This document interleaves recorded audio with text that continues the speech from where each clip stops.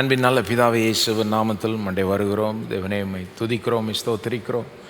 இந்த நேரத்துக்காகவும் நன்றி செலுத்துகிறோம். கிருபா சத்தண்டை தைரியமாய் வாருங்கள் என்று நீர் வேதத்தில் சொல்லியிருக்கிறீர். இரத்தத்தினாலே இயேசுவின் நாமத்தினாலே நாங்கள் தைரியமாய் மண்டி வருகிறோம். இப்பொழுதும் நீர் எங்களுக்கு கொடுத்த தகுதியை வைத்து தைரியமாய் வருகிறோம். உம்முடைய இந்த நேரத்தை செலவழிக்க எங்களுக்கு இந்த வாய்ப்பை கொடுத்ததுக்காக நன்றி. அர்த்தமுள்ள விதத்தில் இந்த நேரத்தை செலவழிக்க, நம்முடைய வேதத்தை சரியான விதத்தில் தியானிக்க, அதிலிருந்து சரியான பாடங்களை கற்றுக்கொள்ள, அதை வைத்து சரியான விதத்தில் ஜெபிக்க, அத்தனையும் உம்மை பிரியப்படுத்துகிற விதத்தில் செய்ய, கனி தருகிற விதத்தில் செய்ய, வெற்றிகரமான விதத்தில் செய்ய நீர்தாமே எங்களுக்கு உதவி செய்ய வேண்டும், கிருபை செய்ய வேண்டும். அப்படியே செய்ய போகிறபடியால் நன்றி செலுத்துகிறோம். இந்த நேரத்தை இப்படி கரத்தில் ஒப்படைக்கிறோம். உம்முடைய நாம் மட்டுமே மகிமைப்படுவதாக இயேசுவின் நாமத்தில் ஜெபிக்கிறோம். ஆமேன். செய்து உட்காரலாம். இந்த வெள்ளிக்கிழமை இரவு ஜெபங்களில் நம்முடைய வழக்கம் ஒரு வேத பகுதியை வைத்து அதன் அடிப்படையில் ஜெபிப்பது தான் நம்முடைய வழக்கம். ஆகவே இன்றைக்கு 2 ராஜாக்கள் 19, 14 19 காணப்படுகிற அந்த ஜெபத்தின் அடிப்படையில் நாம் ஜெபிக்க போகிறோம்.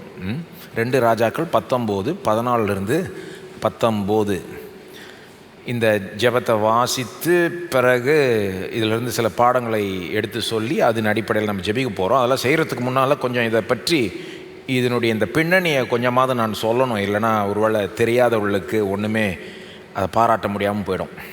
இங்கே நடந்த சம்பவம் இயேசு வரத்துக்கு முன்பாக ஏறக்குறைய ஒரு 700 ஆண்டுகளுக்கு முன்பாக நடந்தது. அதாவது அந்த காலத்தில் எசேக்கியா என்ற ஒரு ராஜா தான் அந்த தெற்கு மாநிலத்தை ஆண்டு வந்தார்.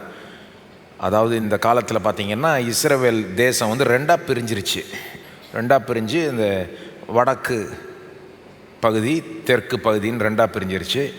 அதில் வடக்கு பகுதி ஏற்கனவே இந்த அசிரியா என்ற எதிரி கிட்ட விழுந்துருச்சு. அவங்க அது இந்த வடக்கு பகுதியை தோற்கடித்து அவங்கள ஒன்றும் இல்லாமல் ஆக்கிட்டாங்க. அது ஏற்கனவே நடந்து முடிஞ்சிருச்சு.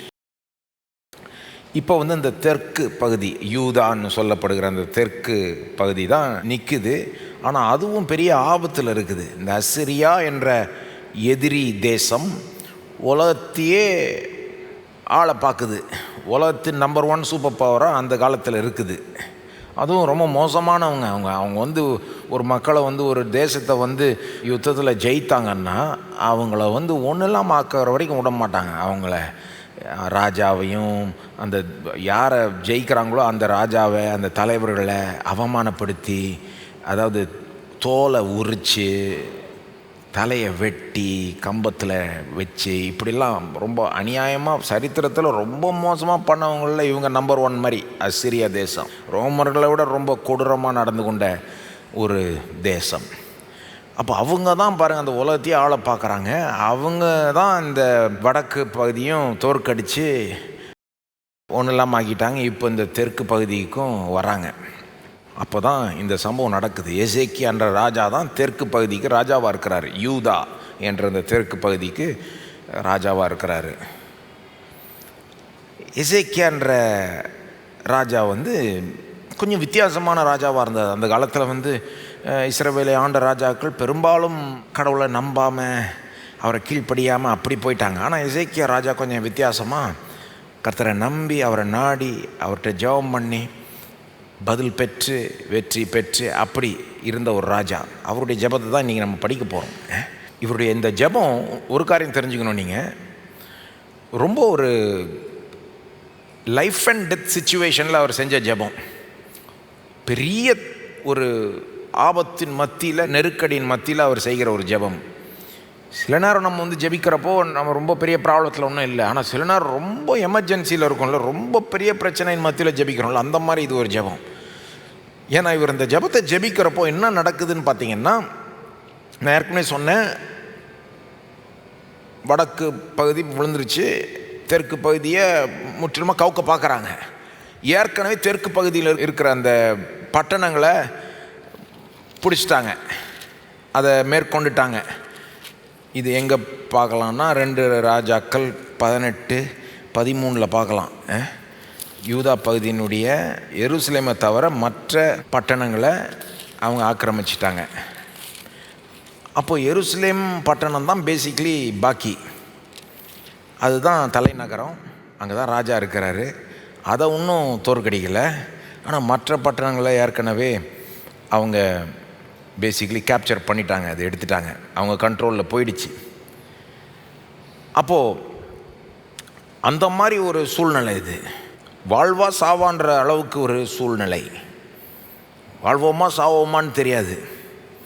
ஏன்னா அவன் கையில் மாட்டினா அவ்வளோதான், உலகமே அவன் கையில் மாட்டிக்கிட்டு இருக்கு. அந்த நேரத்தில் தான் இந்த ஜெபத்தை அவர் ஏறெடுக்கிறார். குறிப்பாக இன்னொரு காரியம் என்ன நடக்குதுன்னா, அந்த எதிரி ராஜா ஒரு லெட்டர் அனுப்புகிறார் இந்த யூதர்களுடைய ராஜாவுக்கு. எதிரி ராஜாவுடைய லெட்டரை வாங்கி படிச்சுட்டு தான் இவர் இந்த ஜெபத்தை ஏறெடுக்கிறார். அந்த லெட்டரில் பேசிக்லி அடிப்படையாக என்ன சொல்கிறாருன்னா, நீ என்னை எதிர்த்து வந்தால் நீ தொலைஞ்ச, நீ உன் கடவுளை நம்புறேன்னு சொல்லாத. வேறு யாரும் எவரும் அவங்க கடவுளை நம்பி ஒன்றும் காப்பாற்றப்படல. அப்போ எந்த கடவுளும் செய்ய முடியாத உன் கடவுள் செய்வாரா அப்படின்னு அவன் அந்த ராஜா நகைக்கிறான் அதில் லெட்டரில். கடவுளை நம்புறேன்றியே, உங்கள் யெகோவா கடவுள் என்ன மற்ற எந்த கடவுளும் செய்யாத உங்கள் யெகோவா கடவுள் செஞ்சிருவாரா? கொஞ்சம் சுற்றிப்பார், ஊரெங்கும் சுற்றிப்பார், மற்றவங்க எல்லாம் அவங்க தெய்வத்தை நம்பினேன்னு நாங்கள் கடைசியில் விழுந்துட்டாங்க. அப்போ உன் தெய்வமும் உன்னை என்கிட்டருந்து காப்பாற்ற முடியாது, முட்டாளாக இருக்காத, உடனே சரண்டர் ஆகிடு அப்படின்னு. அப்படி தான் லெட்டர் வருது. அந்த லெட்டர் வந்த பிறகு தான் இந்த ஜெபத்தை அவர் ஏறெடுக்கிறார். ஆகவே நாம் இந்த ஜெபத்தை இப்போ வாசிப்போம். ஓரளவுக்கு உங்களுக்கு இதை கொடுத்த ஒரு பின்னணி கொடுத்துருக்கேன். 2 ராஜாக்கள் 19:14 19 வரை. எசேக்கியா ஸ்தானாதிபதிகளின் கையிலிருந்து நிருபத்தை வாங்கி வாசித்த பின்பு அவன் கர்த்தரின் ஆலயத்திற்கு போய் அதை கர்த்தருக்கு முன்பாக விரித்து கர்த்தரை நோக்கி, கேரூபீன்களின் மத்தியில் வாசம் பண்ணுகிற இஸ்ரவேலின் தேவனாகிய கர்த்தாவே, நீர் ஒருவரே பூமியின் ராஜ்யங்களுக்கெல்லாம் தேவனானவர். நீர் வானத்தையும் பூமியையும் உண்டாக்கினீர். கர்த்தாவே, உமது செவியை சாய்த்து கேளும். கர்த்தாவே, நீர் உமது கண்களை திறந்து பாரும். சனகெரிப் ஜீவனுள்ள தேவனை நிந்திக்கும்படிக்கு சொல்லி அனுப்பின வார்த்தைகளை கேளும். கர்த்தாவே, அசீரியா ராஜாக்கள் அந்த ஜாதிகளையும் அவர்கள் தேசத்தையும் நாசமாக்கி அவர்களுடைய தேவர்களை நெருப்பிலே போட்டுவிட்டது மெய்தான். அவைகள் தேவர்கள் அல்லவே, மனுஷர் கைவேலையான மரமும் கல்லும் தானே. ஆகையால் அவைகளை நிர்த்துளியாக்கினார்கள். இப்போதும் எங்கள் தேவனாகிய கர்த்தாவே, நீர் ஒருவரே தேவனாகிய கர்த்தர் என்று பூமியின் ராஜ்யங்களெல்லாம் அறியும்படிக்கு எங்களை அவன் கைக்கு நீங்களாக்கி இரட்சியும் என்று விண்ணப்பம் பண்ணினான். இவ்வளோதான் ஜெபம், சுருக்கமான ஜெபம்தான். இந்த ஜெபத்துக்கு உடனேயே தேவன் பதில் அளிக்கிறார். அவர் கொடுக்குற பதில் அப்படியே அடுத்த வசனத்திலேருந்து தொடங்கி பார்க்கலாம். அந்த காலத்தில் தேவன் பதில் கொடுக்கும்போது தம்முடைய தீர்க்கதரிசியின் மூலமாய் கொடுத்தார். ஏசாயா தான் அந்த காலத்தில் இருந்த தீர்க்கதரிசி. 20ஆம் வசனம் பார்த்தீங்கன்னா ஏசாயா மூலமாக தேவனுடைய பதில் ராஜாவுக்கு கிடைக்குது. அந்த பதில் நீண்ட பதில், அதில் சிலதெல்லாம் மேற்பூச்சா பார்த்தீங்கன்னா புரியாது. பட்டு அந்த பதிலினுடைய விளைவை சொல்கிறேன். இந்த ஜெபத்தினுடைய விளைவு என்னன்னா, நம்ம 35ஆம் வசனத்தில் பார்க்கலாம் ஜெபத்தினுடைய விளைவு. அதாவது ஞாபகம் வச்சுக்கோங்க, அந்த யூதா மாநிலத்தில் இருக்கிற மற்ற பட்டணங்களை ஏற்கனவே மேற்கொண்டுட்டாங்க. இப்போ எருசலேம் என்ற அந்த தலைநகர பட்டணத்தை சூழ்ந்து அந்த இராணுவமே இருக்குது. அந்த காலத்தில் உங்களுக்கு தெரியும் இல்லை, பட்டணத்துக்கு கோட்டை சவரெலாம் இருக்கும். அப்போ ஈஸியாக அதுக்குள்ளே நுழைய முடியாது. ஆனால் என்ன பண்ணுவாங்க, ஒரு பட்டணத்தை ஜெயிக்கணும்னா அதை அந்த கோட்டை சவர் உள்ள பட்டணத்தை சூழ்ந்துப்பாங்க. தே வில் லே சீஜ். அவங்க இராணுவத்தை வச்சு அந்த பட்டணத்தையே சூழ்ந்து எல்லாத்தையும் கட் ஆஃப் பண்ணுவாங்க. அதாவது யாரும் உள்ளே போக முடியாது, வெளியே போக முடியாது. அப்போ என்ன ஆகும், சாப்பாடு கூட உள்ளே வர முடியாது. பாருங்கள், உள்ளே இருக்கிற சாப்பாடு ஒரு வாரம் வரும், ஒரு மாதம் அதை வச்சு தள்ளலாம். அப்படியே தொடர்ந்து அதை வச்சு வாழ முடியாது, என்றைக்காவது ஒரு நாள் தீர்ந்து போயிடும். இப்போ ஃப்ரெஷ்ஷாக சாப்பாடு கிடைக்கணும்னா வெளியிலிருந்து வரணும். பிஸ்னஸ்ஸு, ட்ரேடு எல்லாமே ஒரு பட்டணத்துக்கும் இன்னொரு பட்டணத்துக்கும் நடந்தால் தான் பிழைக்க முடியும். அப்போ என்ன பண்ணுவாங்க, ஒரு பட்டணத்தை அவங்க கண்ட்ரோல் எடுக்கணும்னா கோட்டைச்சவரை ஈஸியாக இடிச்செல்லாம் போக முடியாது. அந்த காலத்தில் அந்த அளவுக்கு ஆயுதம்லாம் கிடையாது. ஆனால் என்ன பண்ணுவாங்க, பட்டணத்தை சூழ்ந்து நாள் கணக்காக அப்படியே உட்காந்துருவாங்க. வார கணக்காக, மாத கணக்காக. அவன் பட்டினி கிடைக்கிற வரைக்கும், அவன் சரணடைகிற வரைக்கும். ஏன்னா அவன் சரண் அடைஞ்சு தான் ஆகணும். சூழ்ந்துட்டாலே காலி. என்றைக்காவது ஒரு நாள் அவன் சரண் அடைஞ்சிருவான். அந்த நிலையில் தான் இருக்குது இப்போ எருசலேம். சூழ்ந்து கொண்டுட்டாங்க, இருக்கிறதுலே பெரிய பவர், அவங்க தப்பவே முடியாதுன்ற ஒரு நிலையில் தான் இந்த ஜெபத்தை ஏறெடுக்கிறார் இவர். ஜெபித்த பிறகு இதனுடைய விளைவு என்னன்னா 35ஆம் வசனத்தில் நம்ம வாசிக்கலாம். அதே அதிகாரத்தில் 35 பாருங்கள். அன்று ராத்திரியில் சம்பவித்தது என்னவென்றால், கர்த்தருடைய தூதன் புறப்பட்டு அசீரியரின் பாளையத்தில் 185,000 பேரை சங்கரித்தான். அதிகாலமே எழுந்திருக்கும்போது இதோ அவர்கள் எல்லாரும் செத்த பிரேதங்களாய் கிடந்தார்கள். அந்த ராத்திரி இந்த சூழ்ந்து கொண்டிருந்த அந்த இராணுவத்துக்குள்ளே ஒரு தேவதூதன் போனான். கர்த்தர் ஒரு தூதன் அனுப்பினார், ஒரே ஒரு தூதன். அவங்க ஒருவேளை லட்சக்கணக்காக கூட இருந்திருக்கலாம். குறைஞ்சது 1,85,000 பேர் இருந்தாங்க இராணுவ வீரர்கள். அந்த ஒரே தூதன் அந்த 1,80,000 பேரை சங்கரித்தான், கொன்று போட்டான் என்று எழுதப்பட்டது. அதிகாலையில் அவங்க எழுந்து பார்க்குறப்போ எல்லாம் செத்து கிடக்கிறாங்க. என்ன எப்படி இருந்திருக்கோம் பாருங்கள். அப்படியே 36, 37 வாசித்தரலாம். அப்பொழுது அசீரியா ராஜாவாகிய சனகரிப் பிரயாணப்பட்டு திரும்பி போய் நினிவேயில் இருந்து விட்டான். அவன் தன் தேவனாகிய நிஸ்ரோகின் கோவிலிலே பணிந்து கொள்ளுகிற போது அவன் குமாரராகிய அத்ரமலேக்கும் சரேத்சேரும் அவனை பட்டயத்தினால் வெட்டி போட்டு அராராத் தேசத்திற்கு தப்பி ஓடி போனார்கள். அவன் குமாரனாகிய ஏசாத்தோன் அவன் பட்டத்திற்கு அரசனானான். என்ன ஆச்சு?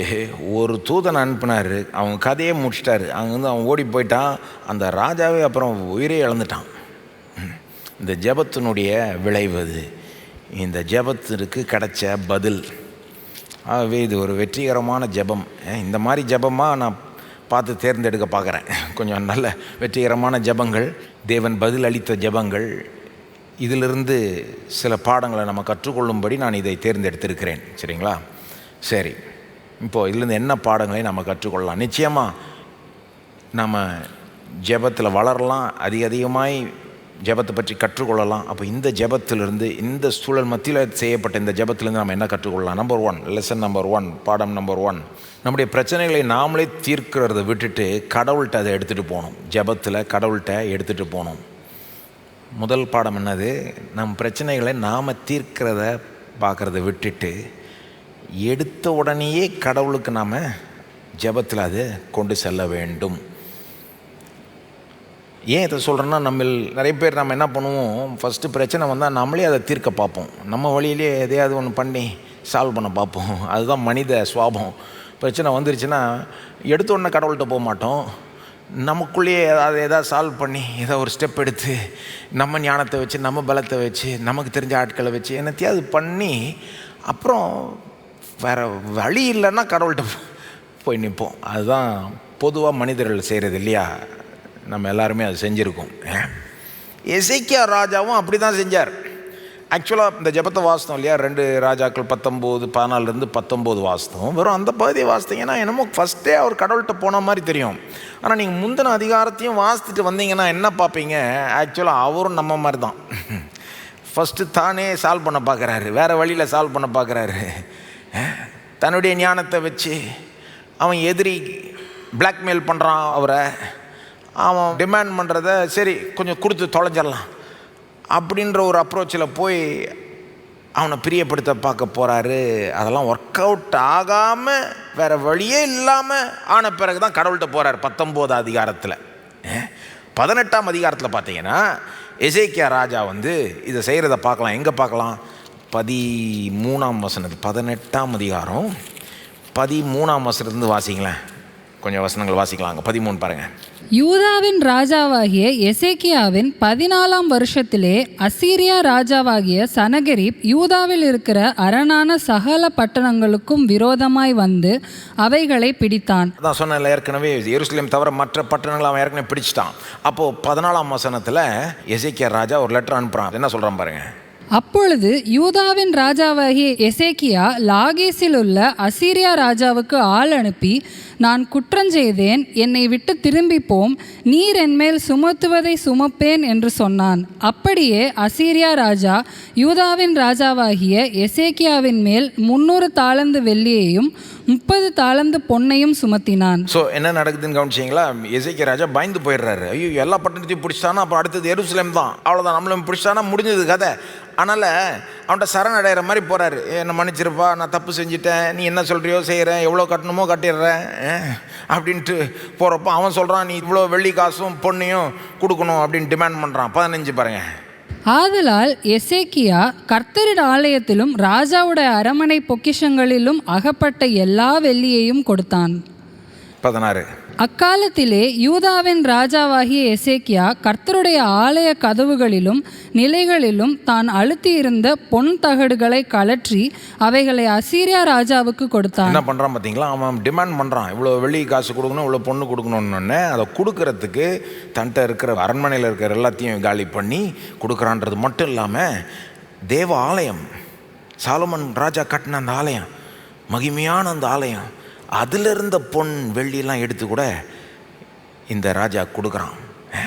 என்ன யோசித்தா? அவன் கேட்குறத கொடுத்துட்டா அவன் அமைதியாக போயிடுவான் போல இருக்கு அப்படின்னு கொடுத்தா, உடனே அடுத்த வசனமே பார்த்தீங்கன்னா, அவன் கொடுக்குறதையும் வாங்கிட்டு இப்போ நீனும் சரண்டர் தான் ஆகணும், அப்படி போ அப்படின்றான். 17ஆம் வசனத்தில் நீங்கள் அதை பார்க்கலாம். 17, 18 வாசித்தீங்கன்னா, அசீரியா ராஜா கொடுக்குறதெல்லாம் வாங்கிட்டு, ஆனாலும் நீ சரண் அடையணும், எருசலேமே நான் எடுக்க தான் போகிறேன் அப்படின்ற மாதிரி வரான் பாருங்க. அப்போது எவ்வளோ பெரிய ஒரு தப்பான ஒரு முடிவு பாருங்கள், தப்பான ஒரு காரியம். அப்படி செஞ்சிடக்கூடாது. அவன் அங்கேயே கடவுளுடைய உதவியை நாடி இருக்கணும். அதை விட்டுட்டு என்ன பண்ணிட்டான்? கடவுளுடைய ஆலயத்துலேருந்து வெள்ளியும் பொண்ணையும் எடுத்து கொடுத்துட்டான் அவன்கிட்ட. பெரிய தப்பு. ஏன்னா மனுஷிகமாக ஒரு வழி இருக்கிற வரைக்கும் நம்ம நிறைய தடவை அந்த வழியை தான் எடுக்க பார்க்குறோம். மனுஷிகமாக ஒரு விதத்தில் இந்த ப்ராப்ளத்தை சால்வ் பண்ணிடலான்னா அப்படி சால்வ் பண்ண பார்க்குறோம். அந்த வழியெல்லாம் தீர்ந்த பிறகு தான் சில நேரம் கடவுள்கிட்ட போகிறோம். எசேக்கியாவும் அப்படி தான். எல்லா காசையும் கொடுத்து பார்க்குறான், அவன் வாங்கிட்டு பண்ணுறதையே பண்ணுறான். அதுக்கப்புறம் தான் வேறு வழி இல்லாமல் 19ஆம் அதிகாரத்தில் கடவுள்கிட்ட போய் நிற்கிறான், ஆண்டவரே அப்படின்ட்டு. அப்போது நான் நினைக்கிறேன், எசேக்கியா ராஜா இந்த சம்பவம் முடிகிறதுக்குள்ளே ஒரு பாடத்தை கற்றுக்கொண்டிருப்பார். அது என்னது? எப்போ ஃபஸ்ட்டே நான் கடவுள்கிட்ட போயிருந்தால் அந்த காசெல்லாம் சேவ் பண்ணியிருக்கலாம். ஃபஸ்ட்டே போயிருந்தால் இப்போ கொடுத்த வெற்றி அப்போ கொடுக்க மாட்டாரா? நம்ம ஃபஸ்ட்டே சால்வ் பண்ணுறது முயற்சிக்கிறதே தப்பு. மனுஷீகமாக அதை அப்ரோச் பண்ணியிருக்கிறதே தப்பு.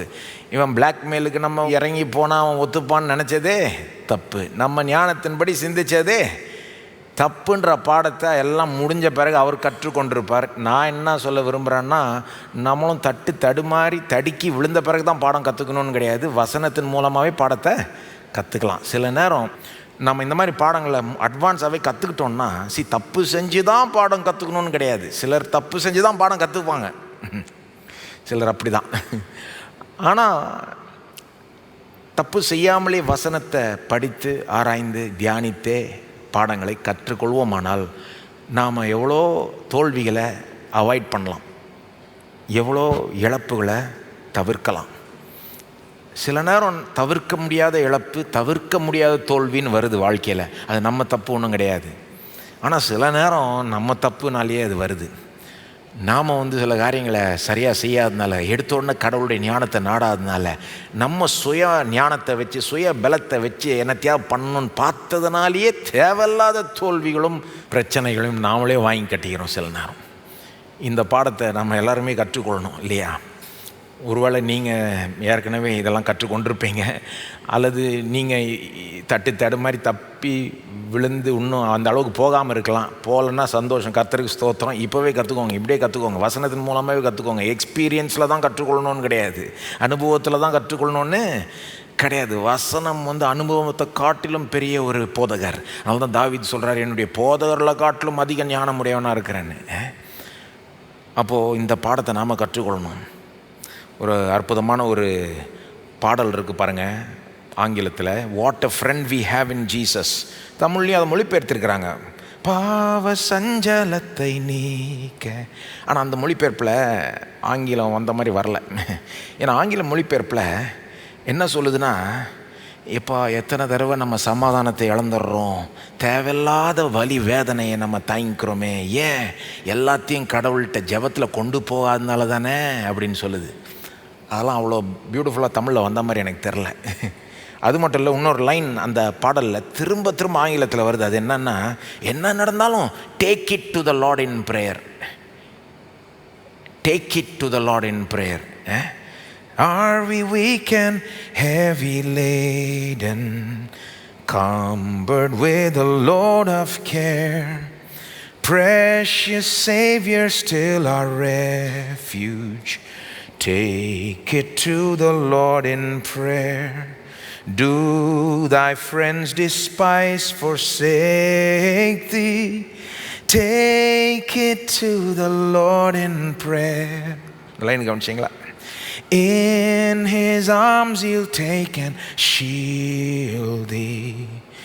Thou wilt find his soul is there. அருமையான பாடல். இது சில நேரம் சாவில் தான் பாடுவாங்க. என்னமோ சாவில் தான் இது உண்மை மாதிரி கிடையவே கிடையாது. சங்கீதம் 23 சாவில் தான் வாசிப்பாங்க நிறைய தடவை. அதெல்லாம் பெரிய மிஸ்டேக் நினைக்கிறேன் நான். இதெல்லாம் வாழ்க்கைக்கு தேவைப்படுகிற வார்த்தைகள். என்ன இருந்தாலும் தேவன்கிட்ட கொண்டு போ ஜெபத்தில். என்ன சூழலாக இருந்தாலும் அதை ஜெபத்தில் உடனே தேவன்கிட்ட கொண்டு போ. என் பிள்ளைகள் சின்னதாக இருக்கிறப்போ நான் இதை அவங்களுக்கு சொல்லிக் கொடுக்க பார்த்தேன். சொல்லி கொடுத்தேன்னா இல்லையான்னு காலம்தான் சொல்லும். ஆனால் என்ன சொல்லிக் கொடுக்க பார்த்தேன்னா, என்ன பிரச்சனையோடு வந்தாலும் ஜெபம் பண்ணியா அப்படின்னு கேட்பேன். ஜெபம் பண்ணி என்ன பிரச்சனையோடு, அவங்க என்ன கம்ப்ளைண்ட்டோடு வந்தாலும், வலிக்குது இது அது என்ன வந்தால் டக்குன்னு ஒரு ஜெபம் பண்ணு அப்படின்னு சொல்லி அதுக்கப்புறம் எல்லாத்தையும் பண்ணு. உடனே ஃபஸ்ட்டு ஒரு ஜெபம், அடுத்தது என்ன வேணா பண்ணு. இது சின்ன பிள்ளைகள் மட்டும் இல்லை, நம்ம எல்லாருமே கற்றுக்கொள்ள வேண்டிய பாடம். நான் என்ன பாடத்தை கற்றுக் கொடுக்க பார்த்தேன்னா, வாழ்க்கையில் எதாக இருந்தாலும் ஃபஸ்ட்டு அவர்கிட்ட போ. லாஸ்ட்டு கிடையாது, ஃபஸ்ட்டு அவர்கிட்ட போ. ஏன்னா எல்லோரும் தான் லாஸ்ட்டு போவாங்க. ஆனால் ஃபஸ்ட்டு அவர்கிட்ட போனால் எவ்வளோ சூப்பராக இருக்கும் வாழ்க்கை. எவ்வளோ தேவையில்லாத வலி வேதனையெல்லாம் தவிர்க்கலாம், தேவையில்லாத தோல்விகளை தவிர்க்கலாமே. சிலதெல்லாம் தேவையில்லாமல் நம்மளே வாங்கி கட்டிக்கிட்டோம். ஆகவே இந்த பாடத்தை நீ கற்றுக்கொள்வோம். கொஞ்ச நேரம் ஜெபிப்போமா? ஆண்டவரே, அப்படிப்பட்டவனா நான் இருக்க விரும்புகிறேன். எதாக இருந்தாலும் உங்கள்கிட்ட ஃபஸ்ட்டு வர விரும்புகிறேன். என்னுடைய சுய ஞானத்திலேயோ முயற்சியிலையோ நான் எதையும் வாழ்க்கையில் பெருசையோ சிறுசையோ சால்வ் பண்ண பார்க்க வேண்டாம். ஆண்டவர், எனக்கு அப்படிப்பட்ட வாழ்க்கை வேண்டாம். நீங்கள் ஒரு முடிவு எடுங்க. நீ முதல்ல அந்த முடிவை அவர்கிட்ட சொல்லுங்கள். ஆண்டவர், இப்படிப்பட்டவனா நான் வாழ விரும்புகிறேன். ஏன்னா இப்படிப்பட்டவனா வாழும்படி எனக்கு உதவி செய்யும். மற்ற ஆப்ஷன்லாம் பார்த்துட்டு உம்மட்ட வரவனா கிடையாது, உம்மட்ட ஃபஸ்ட்டு வரவனா. மற்ற எல்லாற்றையும் உம்மை விட வேறு யாரையும் நான் அதிகமாக சார்ந்து இருக்கக்கூடாது. உம்மை விட நான் வேறு யாரையும் அதிகமாக நம்பக்கூடாது. நீர் தான் என்னுடைய முதல் ஆதாரமாக இருக்கணும், முதல் நம்பிக்கையாக இருக்கணும். ஸ்தோத்திரம் ஆண்டவரே, ஸ்தோத்திரம் ஆண்டவரே. அப்படி நம்ம வாழ்வோமானால் வெட்கப்பட்டு போகவே முடியாது. அப்படி நம்ம வாழ்வோமானால் எவ்வளோ வெற்றிகளை நாம் அனுபவிக்கலாம், எவ்வளோ தோல்விகளை தவிர்க்கலாம் நாம். ஸ்தோத்திரம் ஆண்டவரே, ஸ்தோத்திரம் ஆண்டவரே. ஏன் நாம் அவர்கிட்ட ஃபஸ்ட்டு போகிறது போல் மற்றவங்கள்ட்ட ஃபஸ்ட்டு போகிறோன்னு நான் நினைக்கிறேன். அவரை விட மற்றவங்கள நாம் அதிகமாக சார்ந்து இருக்கிறோம். நம்முடைய குடும்பத்தாரை, நம்முடைய சுய ஞானத்தையோ பலத்தையோ உலகத்தாரையோ இதெல்லாம் அதிகமாக சார்ந்து இருக்கிறதுனால தான். ஆனால் அவரை சார்ந்து வாழ வேண்டும். அதை சொல்லுங்கள் ஆண்டவரே, நான் முதலாவது உம்மை சார்ந்து வாழ்கிறேன்ற ஒரு முடிவை இன்றைக்கி எடுக்கிறேன் ஆண்டவரே. ஸ்தோத்திரம் ஆண்டவரே. நீரே திராட்சை செடி, நாங்கள் கொடிகள். உம்மில் நிலைத்திராவிட்டால் கனி தர முடியாது. நீர் இல்லாமல் நாங்கள் ஒன்றுமே செய்ய முடியாது. ஆனால் எங்களை பலப்படுத்துகிற கிறிஸ்துவனால் எல்லாவற்றையும் செய்ய எங்களுக்கு பலன் உண்டு. ஆகவே தொடர்ந்து முதலாவது உம்மை சார்ந்து கொள்ள, உம்மை நம்பி இருக்க எங்களை நடத்தும். அப்படிப்பட்டவர்களாய் நாங்கள் வாழும்படி எங்களுக்கு உதவி செய்யும் ஆண்டவரே. ஸ்தோத்திரம், ஸ்தோத்திரம் ஆண்டவரே, ஸ்தோத்திரம் ஆண்டவரே, ஸ்தோத்திரம் ஆண்டவரே. ரெண்டாவது பாடம், எசேக்கியா ராஜா எல்லாம் முடிஞ்ச பிறகு கற்றுக்கிட்டு இருப்பாருன்னு நான் நினைக்கிறேன். நான் என்ன சொல்கிறேன், முதலே கற்றுக்கலாம். நாம் அவரை பார்த்து கற்றுக்கலாம். அவர் மாதிரி தப்பை செஞ்சு கற்றுக்கணுன்னு அவசியம் இல்லை. அவர் செஞ்ச தப்பை பார்த்து நம்ம கற்றுக்கலாம். ரெண்டாவது பாடம், என்ன நடந்தாலும் உங்கள் பிரச்சனைகள் எவ்வளோ மோசமானாலும் தேவனை நம்புறதை நீங்கள் விட்டு விடாதீர்கள் அல்லது கிவ் அப் பண்ணாதீங்க. விடாமுயற்சின்னு சொல்கிறாங்க இல்லையா? விடாமுயற்சி ஒரு நல்ல ஒரு குவாலிட்டியாக சொல்லுவாங்க மனிதர்களிடத்தில், நல்லது. ஆனால் நமக்கு கடவுளை நம்புறதுல ஒரு விடாமுயற்சி. என்ன நடந்தாலும் நம்ம கடவுளை தொடர்ந்து நம்புகிறோம். உலகத்துலேயும் விடாமுயற்சி இருக்குது. என்ன நடந்தாலும் அவங்க தொடர்ந்து பாசிட்டிவாக இருக்கிறாங்க. அவங்களால முடியும்னு நம்புகிறாங்க, தொடர்ந்து ஸ்டெப் எடுக்கிறாங்க. அதுதான் விடாமுயற்சி. அவங்களுக்கும் நமக்கு என்ன வித்தியாசம்? நம்மகிட்டையும் அந்த ஒரு மனப்பான்மை இருக்குது, ஆனால் அது கர்த்தரை நோக்கி டைரக்ட் பண்ணப்பட்டிருக்குது. சும்மா விடாமுயற்சி இல்லை. கடவுள் எனக்கு செய்வார், கடவுள் நல்லவர், கடவுள் வல்லவர், என்ன இருந்தாலும் எனக்கு அவர் உதவி செய்வார் என்ற ஒரு நம்பிக்கையை நாம் விட்டுவிடவே கூடாது. என்ன நடந்தாலும் விட்டுவிடக்கூடாது. எசேக்கியா ராஜா அந்த மாதிரி தான் இருந்தார். இங்கே அவருடைய விசுவாசம் பர்ஃபெக்டான விசுவாசம் கிடையாது, ஆனால் ஒரு விடாமுயற்சியான ஒரு விசுவாசம் அவர்கிட்ட இருந்தது. அப்படியே தொடர்ந்து விசுவாசிக்கிறது. என்ன நடந்தாலும், பிரச்சனை எவ்வளோ மோசமாக இருந்தாலும் அவர் கடவுளை நம்பினார், கர்த்தர் உதவி செய்வார்னு நம்பினார். அவருடைய விசுவாசம் பர்ஃபெக்ட் இல்லைன்னு ஏற்கனவே உங்கள்கிட்ட காமிச்சிட்டேன். ஃபஸ்ட்டே கடவுள்கிட்ட போயிருக்கணும், 18ஆம் அதிகாரத்தில் போகல. அதை விட்டுட்டு ஆலயத்தில் இருக்க வெள்ளி பொண்ணு எடுத்து அவன்கிட்ட கொடுத்துட்டாரு. பெரிய தப்பு. அப்போ அவர் பர்ஃபெக்ட் ஒன்றும் கிடையாது. ஆபிரகாம் கூட பாருங்கள், விசுவாசத்தில் பெரிய ஆளானா அவரும் பர்ஃபெக்ட் கிடையாது. யாருமே பர்ஃபெக்ட் கிடையாது. தேவன் நம்மகிட்டேருந்து பூரணத்தை எதிர்பார்க்கல. அவருக்கு தெரியும் நம்ம பூரணமாக இருக்க மாட்டோன்னு. என்ன எதிர்பார்க்குறாரு? தொடர்ந்து நம்பணும். எல்லாம் சொல்லுங்கள், தொடர்ந்து நம்பணும். வேறு ஒன்றும் இல்லை, நம்பிக்கிட்டே இருக்கணும். என்ன வந்தாலும் என்ன நடந்தாலும் நம்பிக்கை விட்டுவிடவே கூடாது. அவ்வளோதான் எதிர்பார்க்குறார் தேவன். நம்பிக்கிட்டே இருந்தால் நிச்சயமாக வெற்றி நம்முடையது தான். நம்பிக்கிட்டே இருந்தால் தோக்கவே முடியவே முடியாது, சான்ஸே கிடையாது. ஏன்னா வெறும் நம்முடைய நம்பிக்கையினால் இல்லைங்க, நாம் யாரை நம்புகிறோம் என்பதை பற்றியது. ஏங்க, தப்பானவங்கள நம்பிக்கிட்டே இருந்தால் ஏமாறிடுவீங்க. என்னங்க, தப்பானவங்கள சார்ந்து கொண்டே இருந்தால் யாரை நம்பிக்கிட்டே இருக்கீங்க? அதுதான் விஷயம். தேவனை நம்பிக்கிட்டே இருந்தால் தோக்கவே முடியாது, ஜெயித்து தான் ஆகணும். ஏன்னா அவர் நல்லவர், அவர் வல்லவர், அவர் உண்மை உள்ளவர். நம்பிக்கிட்டே இருக்கணும், அவ்வளோதான் எதிர்பார்க்குறார் தேவன் நம்மகிட்ட. நம்ம சில நேரம் இதை மறந்துடுறோம் பாருங்க. எசேக்கியா ராஜா நம்பிக்கிட்டே இருக்கிறார். பிரச்சனை மோசமாயிட்டே போகுது, ரொம்ப படுமோசமாகுது. ஃபஸ்ட்டு அவன் அந்த வடக்கு நார்தர்ன் கிங்டமை மேற்கொள்கிறான், மற்ற சுற்றி இருக்கிற தேசங்களை தோற்கடிக்கிறான், யூதா மாநிலத்தினுடைய மற்ற பட்டணங்களை ஆக்கிரமிச்சுக்கிறான், எருசலேம் நகரத்தையே சூழ்ந்து வர்றான், கிட்ட வரான். பிரச்சனை மோசமாயிட்டே போகுது. லெட்டர் அனுப்புகிறான், நாய்க்கிறான், நிந்திக்கிறான், மட்டமாக பேசுகிறான். பாருங்க, நீ எல்லாம் ஒரு ஜனமா, நீ எல்லாம் ஒரு ராஜாவான்ற அளவுக்கு பேசுகிறான் அவன். எவ்வளோ மோசமாக பேசுகிறான்னு பாருங்க. 18ஆம் அதிகாரம் 27ஆம் வசனத்தில் சொல்கிறான், எல்லார்ட்டையும் பேசுகிறான். அந்த பட்டண செவரில் உட்காந்துக்கிட்டு இருக்க எல்லாருக்கும் கேட்குற மாதிரி, அவங்க எல்லா காதுக்கும் விடுற மாதிரி பேசுகிறான் பாருங்க. அவன் சொன்னது ரொம்ப மோசம், நீங்களே வாசித்துக்கோங்க. அந்த அளவுக்கு இன்சல்ட் பண்ணுறான். இப்படியே போயிட்டு இருந்தா சாப்பாடே கிடைக்காது, அப்புறம் நீ என்ன சாப்பிடுன்றதை பாருன்றான். உங்கள் ஊரே என்ன சாப்பிடுன்றதை பாருன்றான். அது மட்டும் இல்லை, யெகோவா தேவனையே நிந்திக்கிறான், ஊரையே நிந்திக்கிறான், ராஜாவை நிந்திக்கிறான், ஊர் ஜனங்களை நிந்திக்கிறான், யெகோவா தேவனையும் நிந்திக்கிறான். அவன் சொல்கிறான் இந்த 30ஆம் வசனத்தில், அதாவது எசேக்கியா ராஜாவுக்கு ஒரு செய்தி அனுப்புகிறான். அது இல்லாமல் ஊர் ஜனங்களும் கேட்குற மாதிரி பேசுகிறானுங்க. பட்டண செவரில் எல்லாரும் பார்த்துக்கிட்டு இருக்காங்க, உட்காந்துக்கிட்டு இருக்காங்க, ஊர் ஜனமே இருக்குது, எல்லாருக்கும் கேட்குற மாதிரி பேசுகிறான். என்ன பேசுகிறான் பாருங்க, 30ஆம் வசனத்துலேருந்து. கர்த்தர் நம்மை நிச்சயமாய் தப்புவிப்பார், இந்த நகரம் அசீரியா ராஜாவின் கையில் ஒப்பு கொடுக்கப்படுவதில்லை என்று சொல்லி எசேக்கியா உங்களை கர்த்தரை நம்ப பண்ணுவான், அதற்கு இடங்கொடாதிருங்கள் என்று ராஜா சொல்லுகிறார். என்ன சொல்கிறான்? எசேக்கியா உங்களை கர்த்தரை நம்ப பண்ணுவான், அதற்கு இடம் கொடாம இருங்க. கர்த்தரை நம்புங்க, கர்த்தரை நம்புங்கன்னு உங்கள் ராஜா சொல்லுவான், கர்த்தர் நம்மளை விடுவிப்பார்னு சொல்லுவான், நம்பாதீங்க அப்படின்றான். அப்படி தொடர்ந்து வாசிக்கலாம். 33 போயிடலாம். 33. ஜாதிகளுடைய தேவர்களில் யாராவது தங்கள் தேசத்தை அசீரியா ராஜாவின் கைக்கு தப்புவித்ததுண்டோ? பாயிண்ட் என்ன? வேற எந்த தெய்வமாவது தங்களுடைய தேசத்தை காப்பாற்ற முடிஞ்சுதான் என் கையிலிருந்து? இல்லவே இல்லை. 35 பாருங்க.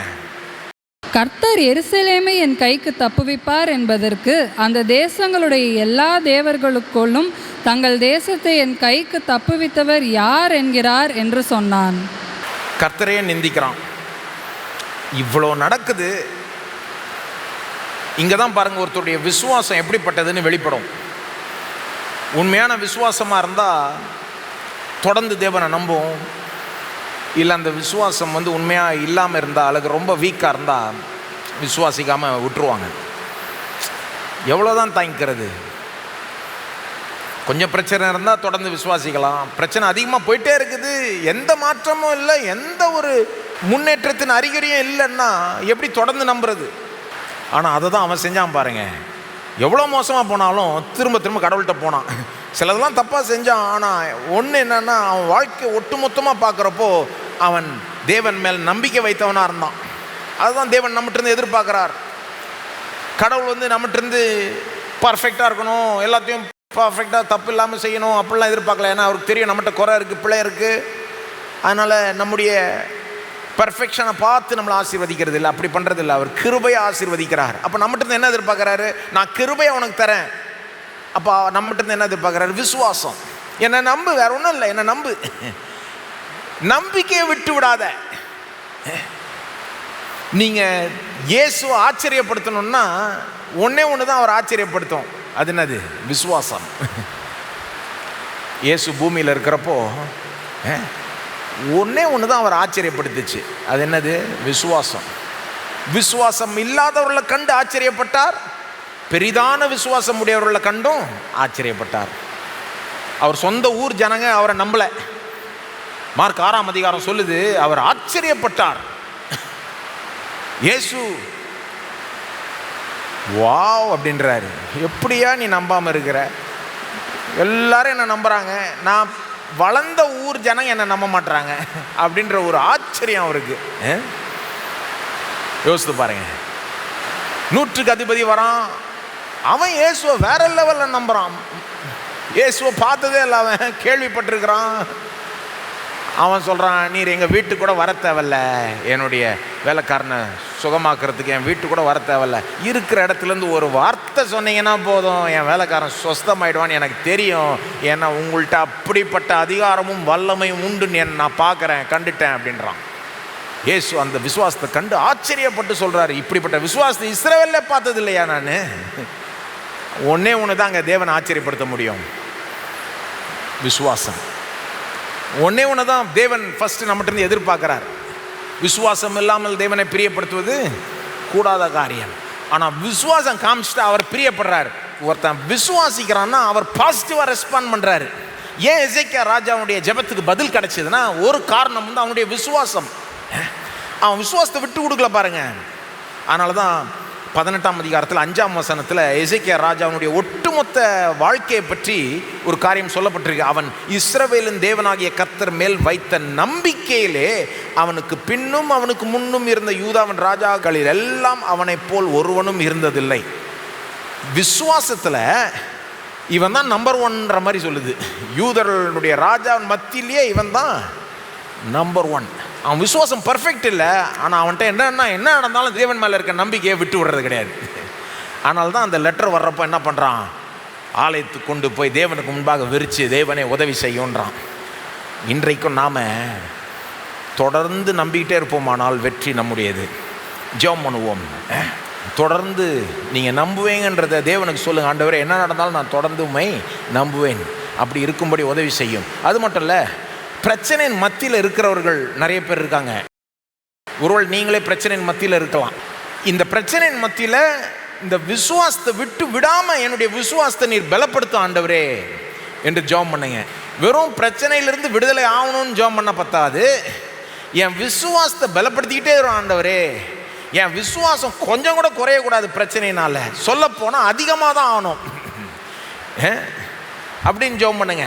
ஸ்தோத்திரம் ஆண்டவரே. சரி, ஒரு காரியத்தை நான் சொல்ல விரும்புகிறேன், சிலதெல்லாம் விலைக்கு சொல்லணும். உலகத்தானுக்கும் பிரச்சனை இருக்குது, நமக்கும் பிரச்சனை இருக்குது. அவங்க என்ன ஜெபம் பண்ணுறாங்க? பிரச்சனையிலேருந்து வெளியே வரணும். நம்ம என்ன ஜெபம் பண்ணுறோம்? பிரச்சனையிலேருந்து வெளியே வர்றோம். அப்போ நமக்கும் அவங்களுக்கு வித்தியாசம் கிடையாதா? இருக்குது வித்தியாசம். என்ன வித்தியாசம்னா, நாம் நம்முடைய பிரச்சனையை வெறும் பிரச்சனையாக பார்க்குறது இல்லை, விசுவாச பரீட்சைன்னு பார்க்குறோம். எப்படி பார்க்குறோம்? விசுவாச பரீட்சை. என்ன பிரச்சனை வந்தாலும் வாழ்க்கையில் நம்முடைய விசுவாசம் சோதிக்கப்படுது, டெஸ்ட் பண்ணப்படுது. ஓரளவுக்கு ஞானமுள்ள கிறிஸ்தவன் எப்படி சிந்திக்கிறான்? பிரச்சனையை விட்டு வெளியே வர்றது மட்டும் இல்லை, வெளியே வர்றப்போ விசுவாசம் இன்னும் ஸ்ட்ராங்காக இருக்கணும், கொஞ்சம் கூட அது சிதறடிக்கப்பட கூடாதுன்னு தான் விரும்புகிறான். உலகத்தார் என்ன நம்புறாங்க? பிரச்சனையிலேருந்து வெளியே வந்தால் போதும். நமக்கு அது பத்தாது. பிரச்சனையிலேருந்து வெளியே வந்தால் பத்தாது. தேவன் பேரில் இருக்க விசுவாசம் குறையாம, சொல்ல போனால் அதிகமாய் வெளியே வரணும். பிரச்சனையிலேருந்து வெளியே வரணும். ஆனால் தேவன் பேரில் இருக்கிற விசுவாசம் கொஞ்சம் கூட குறையக்கூடாது, பலப்பட்டுக்கிட்டே அதிகமாகணும். அப்படி ஒரு நிலையில் வெளியே வரணும். ஏன்னா இது ஒரு விசுவாச பரீட்சை. இது வேதத்துடைய போதனை. யாக்கோபு 1:2 பார்த்தீங்கன்னா, பல விதமான சோதனைகள் நீங்கள் அகப்படும் போது நீங்கள் சந்தோஷமாக அதை எண்ணுங்க அப்படின்றாரு. ஏன்? உங்கள் விசுவாச பரீட்சை, டெஸ்ட் ஆஃப் ஃபெய்த். பிரச்சனையை விசுவாச பரீட்சைன்னு அறிந்து நீ சந்தோஷமாக எடுத்துக்கோப்பான்றாரு. ஏன்னா இந்த பரீட்சையில், இந்த பிரச்சனையிலேருந்து வெளியே வர்றதுக்குள்ளே நீ இன்னும் ஸ்ட்ராங்காக வருவ. அப்படி இதை பார் அப்படின்றாரு. இது உனக்கு புரியலையா? ஞானத்துக்காக ஜெபம் பண்ணுன்றாரு. யாக்கோபு 1:5. எப்படிங்க? ஒருவேளை நீங்கள் பிரச்சனையில் இருக்கலாம். எப்படி ஜெபம் பண்ணுங்க? எப்படி ஜெபம் பண்ணுங்க? ஆண்டவரே, இந்த பிரச்சனையிலேருந்து வெளியே கொண்டு வரோன்றது மட்டும் இல்லை, ஆண்டவரே பிரச்சனையின் மத்தியிலே என்னுடைய விசுவாசத்தை நீர் பலப்படுத்துவீராக. உன் பேரில் இருக்கிற விசுவாசம், நம்பிக்கை கொஞ்சம் கூட குறையக்கூடாது. உடைய வசனத்தை நான் நம்புறது கொஞ்சம் கூட குறையக்கூடாது. சொல்லப்போனால் பிரச்சனை என்னை ப்ரெஷர் பண்ண என் விசுவாசம் ஸ்ட்ராங் ஆகிட்டே வரணும். எப்படி? வெயிட்ஸ் தூக்குவாங்கள்ல ஜிம்மில், இந்த வெயிட்டை எடுத்து ப்ரெஷர் அழுத்த மசில் இன்னும் ஸ்ட்ராங் ஆகும். அந்த மாதிரி பிரச்சனை என்ன அழுத்த என் விசுவாசம் திரும்ப அழுத்த இன்னும் ஸ்ட்ராங் ஆகிடும். அது நடக்கணும்னு ஜெபம் பண்ணுங்க. பிரச்சனை ஒரு பிரச்சனை இல்லைங்க, விசுவாசம் ஸ்ட்ராங் ஆகிடுச்சா வெளியே வந்துடலாம். தப்பானதில் ஃபோக்கஸ் பண்ணக்கூடாது. நாம் கிறிஸ்தவர்கள், கிறிஸ்துவை நம்புகிறவர்கள். அப்போ அந்த நம்பிக்கை தான் நம்பர் 1. என்ன இருந்தாலும் அதை விட்டு விடவே கூடாது. நீங்கள் ஒருவேளை பிரச்சனை மத்தியில் இருக்கலாம். மற்றவர்கள், நம்ம சபையிலே சிலர் பெரிய ப்ராப்ளம்ஸை ஃபேஸ் பண்ணிக்கிட்டு இருக்காங்க, வியாதியில் கஷ்டப்பட்டுக்கிட்டு இருக்காங்க, ஆஸ்பத்திரியில் இருக்கிறாங்க. சிலர் பெரிய பொருளாதார பிரச்சனையில் இருக்கிறாங்க. அவங்களுக்காக ஜெபம் பண்ணுவோமா? ஒன்று உங்களுக்காக ஜெபம் பண்ணுங்க, இல்லைன்னா அவங்களுக்காக ஜெபம் பண்ணுங்க. என்னன்னு ஜெபம் பண்ணுங்க? ஆண்டவரே, பிரச்சனையின் மத்தியில் தேவ ஜனங்களுடைய விசுவாசத்தை பலப்படுத்தும் ஆண்டவரே. அவங்க விசுவாசத்தை நல்லா ஸ்ட்ராங் ஆக்கும். அதுலேருந்து வெளியே வர்றப்போ அவர்கள் இன்னும் விசுவாசம் உள்ளவர்களாக வரணும். அவங்க வெளியே வந்தால் பத்தாது, இன்னும் விசுவாசம் உள்ளவர்களாக வரணும் என்பதை ஜெபம் பண்ணுவோம். ஸ்தோத்திரம் ஆண்டவரே, ஸ்தோத்திரம் ஆண்டவரே. என்ன நடந்தாலும் என்ன வந்தாலும் ஆண்டவரே, எங்களுடைய விசுவாசத்தை தொடர்ந்து நீர் பலப்படுத்துவீராக. எங்களுடைய விசுவாசம் ஒளிந்து போகக்கூடாது என்றது உம்முடைய நோக்கம், உம்முடைய ஜெபம். பேதுருக்கு நீ ஜெபித்தது போல எங்களுக்கும் ஜெபிக்கிறீர் என்று நாங்கள் நம்புகிறோம். எங்களுடைய விசுவாசம் என்ன இருந்தாலும் ஒளிந்து போகக்கூடாது. ஏன்னா நம்ம விசுவாசிக்கிட்டே இருந்தால் போதும், நாங்கள் வெற்றி பெற்றுவோம். அப்போது என்ன பிரச்சனை வந்தாலும், என்ன சோதனை வந்தாலும், இது ஒரு விசுவாச பரீட்சை என்று எண்ணி தொடர்ந்து உம்மை நம்பிக்கொண்டே தொடர்ந்து வாழ எங்களுக்கு கிருபை செய்யும். எங்கள் சபையில் இருக்கிற ஆண்டவரை கஷ்டப்படுகிற மக்களுக்காக ஜெபிக்கிறோம். வியாதியில் கஷ்டப்படுகிற மக்கள், பொருளாதார பிரச்சனையில், குடும்ப பிரச்சனையில் கஷ்டப்பட்டு கொண்டு பெரிய நெருக்கடியை சந்தித்து கொண்டு, தலையை பிச்சுக்கிற அளவுக்கு நெருக்கடி சந்தித்து கொண்டிருக்கிற மக்களுக்காக ஜெபிக்கிறோம். ஆண்டவரே, அந்த பிரச்சனையின் மத்தியில் அவங்க விசுவாசம் கொஞ்சம் கூட குறையாதபடி நீர் பார்த்து கொள்ளும். அவருடைய விசுவாசத்தை பலப்படுத்தும் ஆண்டவரே. வசனத்தின் மூலமாக அவருடைய விசுவாசம் பலப்படட்டும் ஆண்டவரே. எங்களுடைய ஊக்கத்தின் மூலமாக அவருடைய விசுவாசம் பலப்படட்டும் ஆண்டவரே. ஸ்தோத்திரம். அவர்கள் தொடர்ந்து சபைக்கு வரட்டும், வசனத்தை கேட்கட்டும், தொடர்ந்து பலப்படட்டும். மற்றவர்கள் அவளை ஊக்கப்படுத்தட்டும். அவள் சுற்றியில் இருக்கிற மக்கள் அவள்கிட்ட பேசுகிற வார்த்தைகள் அவளுடைய விசுவாசத்தை பலப்படுத்துகிறதா இருக்கட்டும் ஆண்டவரே. அவளை கட்டி எழுப்பும் ஆண்டவரே. ஸ்தோத்திரம், ஸ்தோத்திரம் தேவனே, ஸ்தோத்திரம். அவளுடைய விசுவாசத்தை பலப்படுத்தி அந்த பிரச்சனையிலிருந்து அவளை வெளியே கொண்டு வரும். ஸ்தோத்திரம். 3வது பாடம், நம்ம பிரச்சனையை காட்டிலும் தேவன் பெரியவர் என்பதை நாம் ஃபோக்கஸ் பண்ண வேண்டும். நம்ம பிரச்சனையை காட்டிலும் தேவன் பெரியவர் என்பதை நாம் ஃபோக்கஸ் பண்ணணும். இங்கே எசேக்கியா ராஜாவுக்கு இருந்த பிரச்சனை கொஞ்சம் நஞ்சம் கிடையாதுங்க, இன்டர்நேஷ்னல் ப்ராப்ளம். இது ஏதோ பர்சனல் ப்ராப்ளம் கிடையாது, ஃபேமிலி ப்ராப்ளமும் கிடையாது. இன்டர்நேஷ்னல் நியூஸில் வர நம்பர் 1 ஹெட்லைன் ப்ராப்ளம் இது. இருக்கிறதுலே பெரிய சூப்பர் பவர் நகரத்தை சூழ்ந்து கொண்டு பட்டினியாக பார்க்குறான், ஜனங்களை சாகடிக்க பார்க்குறான். எப்படி தப்பி வர்றதுன்றது தான் பார்த்துட்டு இருக்காங்க. அந்த மாதிரி ஒரு பிரச்சனையில் அவன் கடவுள்கிட்ட போய் எப்படி ஜெபிக்கிறான்றதை பாருங்களேன். அங்கே 19:15 அவனுடைய ஜெபத்தை நீங்கள் பார்க்கலாம். ஜெபத்தை எப்படி தொடங்குறான் பாருங்க. கர்த்தரை நோக்கி, கேருபீன்களின் மத்தியில் வாசம் பண்ணுகிற இஸ்ரவேலின் தேவனாகிய கர்த்தாவே, நீர் ஒருவரே பூமியின் ராஜ்யங்களுக்கெல்லாம் தேவனானவர். நீர் வானத்தையும் பூமியையும் உண்டாக்கினீர். என்ன மாதிரி ஜெபம் பாருங்க. அவன் என்ன பண்ணுறான், பிரச்சனையை காட்டிலும் எதிரியை காட்டிலும் கடவுள் பெரியவர் என்பதை உணர்ந்து ஜெபிக்கிறான். இன்னொருத்தர் அவனுடைய நிலையில் இருந்தால் எப்படி ஜெபிச்சிருப்பாங்க? ஆண்டவரே உதவி செய்யும் அப்படின்னு ஜெபிச்சிருப்பாங்க. ஆண்டவரே என்னை காப்பாற்றும், உயிருக்கு ஆபத்து. ஏன்னா உயிருக்கு ஆபத்துங்க. ஆனால் அவன் எப்படி ஜெபிக்கிறான் பாருங்க, எப்படி தொடங்குறான் பாருங்க ஜெபத்தை. அவனை பொறுத்த வரைக்கும் அவனுடைய எதிரி உலகத்திலே நம்பர் 1 பவராக இருக்கலாம், நம்பர் 1 வல்லவனாக இருக்கலாம். ஆனால் அவனுக்கு தெரியும் கடவுள் அவனை காட்டிலும் பெரியவர், அவனை காட்டிலும் மகிமையானவர். எப்படி ஜெபிக்கிறான் பாருங்க, கடவுளுடைய மாட்சிமையை மகிமையை உணர்ந்து ஜெபிக்கிறான் பாருங்க. கெருபீன்களின் மத்தியில் வாசம் பண்ணுகிற இஸ்ரவேலின் தேவனாகிய கர்த்தாவே, நீர் ஒருவரே பூமியின் ராஜ்யங்களுக்கு எல்லாம் தேவன். அவன் எப்படி காமிச்சிக்கிட்டு இருக்கான் எதிரி, நான் தான் பெரிய ராஜா, நான் யாரை நினைச்சாலும் கவிழ்த்துருவேன் அப்படின்றான். உண்மைதான், எல்லாரையும் கவிழ்த்துக்கிட்டு வரான். ஆனால் இவன் எப்படி பார்க்குறான் பாருங்க, இந்த ராஜா அவனை பெரியவனா பார்க்கறத விட நீர் ஒருவரே, எல்லாம் சொல்லுங்க, நீர் ஒருவரே பூமியின் ராஜ்யங்களுக்கு எல்லாம் தேவனானவர். அவன் எப்படி பார்க்குறான் பாருங்க, இந்த ராஜா வந்து நம்பர் 1 கிடையாது, பூமியின் ராஜ்யங்களுக்கு எல்லாம் அவர் தான் தேவன், அவர் ஒருவர் தான் தேவன். அவருக்கு ஈடுனா யாரும் கிடையாது. அசிரியாவும் சரி, இஸ்ரவேலும் சரி, யூதாவும் சரி, எல்லாம் அவர்கள தான். எவனாவது அங்கே நம்பர் 1 இங்கே இருக்கிறான்னா அவர் விட்டு வச்சிருக்கிறார், ஏதோ ஒரு காரணத்துக்காக அனுமதிச்சிருக்கிறாரு. ஆனால் ஒரே ஸ்டெப் எடுத்தார்னா அவன் கவுந்துருவான். ஒன்றில் ஒரு தூதன் அமிச்சா கதை கந்தல், ஒரு ஸ்டெப் எடுத்தா எல்லாம் முடிஞ்சுது. யார் நம்பர் 1ன்றதை மறந்துடவே கூடாது, யார் சிங்காசனத்தின் மீது வீற்று இருக்கிறாங்கன்றதை மறந்துடவே கூடாது. பாருங்கள் அவன் எப்படி ஜெபிக்கிறான் பாருங்கள், தேவன் பெரியவர்ன்ற உணர்வோடு ஜெபிக்கிறான். இந்த மாதிரி ஜெபம்லாம் வந்து சும்மா லேஸில் வராது. உண்மையிலே நீங்கள் தேவன் பெரியவர்னு நினச்சாதான் அப்படி வரும், இல்லைன்னா வேறு மாதிரி தான் வரும். ஆண்டவரே காப்பாற்ற ஆண்டவரேன்னு வரும். அப்போ நாம் எப்படி ஜெபிக்கிறோம்? தேவன் பெரியவர்ன்ற உணர்வோடு ஜெபிக்கிறோமா? தேவன் பெரியவர்ன்றதை ஜெபத்தில் ஃபோக்கஸ் பண்ணும் பாருங்கள். பிரச்சனை எவ்வளோ பெருசுன்றதை ஃபோக்கஸ் பண்ணக்கூடாது. இந்த ஜெபத்தை நீங்கள் வாசித்தீங்கன்னா பிரச்சனை ரொம்ப பெருசுன்ற மாதிரியே இங்கே பார்க்கவே முடியாது. நீங்கள் அவன் வார்த்தைகளை வாசித்தீங்கன்னா தேவன் தான் பெரியவர் மாதிரி ஜெபிக்கிறான். நீர் ஒருவரே பூமியின் ராஜ்யங்களுக்கு எல்லாம் தேவனானவர், நீர் வானத்தையும் பூமியையும் உண்டாக்கினீர். இவன் பெரிய ராஜாவாக இருக்கலாம், ஆனால் இவன் ஒன்றும் வானத்தையும் பூமியும் உண்டாக்கலை. இவன் வந்து எல்லா ராஜ்யங்களுக்கும் இவன் வந்து ஆண்டவர் ஒன்றும் கிடையாது. தேவன் ஒருவர் தான், இஸ்ரவேலின் தேவன். 16ஆம் வசனத்தில் சொல்கிறான் பாருங்க, கர்த்தாவே உமது செவியை சாய்த்து கேளும், கர்த்தாவே நீர் உமது கண்களை திறந்து பாரும். சனகரிப் ஜீவன் உள்ள தேவனை நிந்திக்கும்படி சொல்லி அனுப்பின வார்த்தைகளை கேளும். கர்த்தாவே ஆசிரியா ராஜாக்கள் அந்த ஜாதிகளையும் அந்த தேசத்தையும் நாசமாக்கி அவருடைய தேவர்களை நெருப்பிலே போட்டு விட்டது மெய்தான். பெரிய டேமேஜ் பண்ணியிருக்கான், மற்ற தேசங்களை போய் அழித்து அவங்க தேவர்கள்லாம் நெருப்பிலே போட்டிருக்கான். அப்போ எப்படி சொல்கிறான் பாருங்க அதை பற்றி, அவைகள் தேவர்கள் அல்லவே, மனுஷர் கைவேலையான மரமும் கல்லும் தானே, ஆகையால் அவைகளை நிர்த்துளி ஆக்கினார்கள். இப்போதும் எங்கள் தேவனாகிய கர்த்தாவே நீர் ஒருவரே, எப்படி சொல்கிறோம், நீர் ஒருவரே, நீர் ஒருவரே தேவன், நீர் ஒருவரே தேவனாகிய கர்த்தர் என்று பூமியின் ராஜ்யங்கள் எல்லாம் அறியும்படிக்கு எங்களை அவன் கைக்கு நீங்களாக்கி ரட்சியும் என்று விண்ணப்பம் பண்ணினான். இந்த முழு ஜெபத்தில் யார் பெருசாக தெரியுது? தேவன் தான். அவன் வந்து டேமேஜ்லாம் பண்ணியிருக்கான், ஒத்துக்கிறான், எல்லாரையும் கவிழ்த்திருக்கிறான். ஆனால் அவன் சொல்கிறான், அது ஏன்னா அந்த தேசங்கள் அவங்க பின்பற்றின தேவர்களே கிடையாது, கல்லும் மரமும் தான்.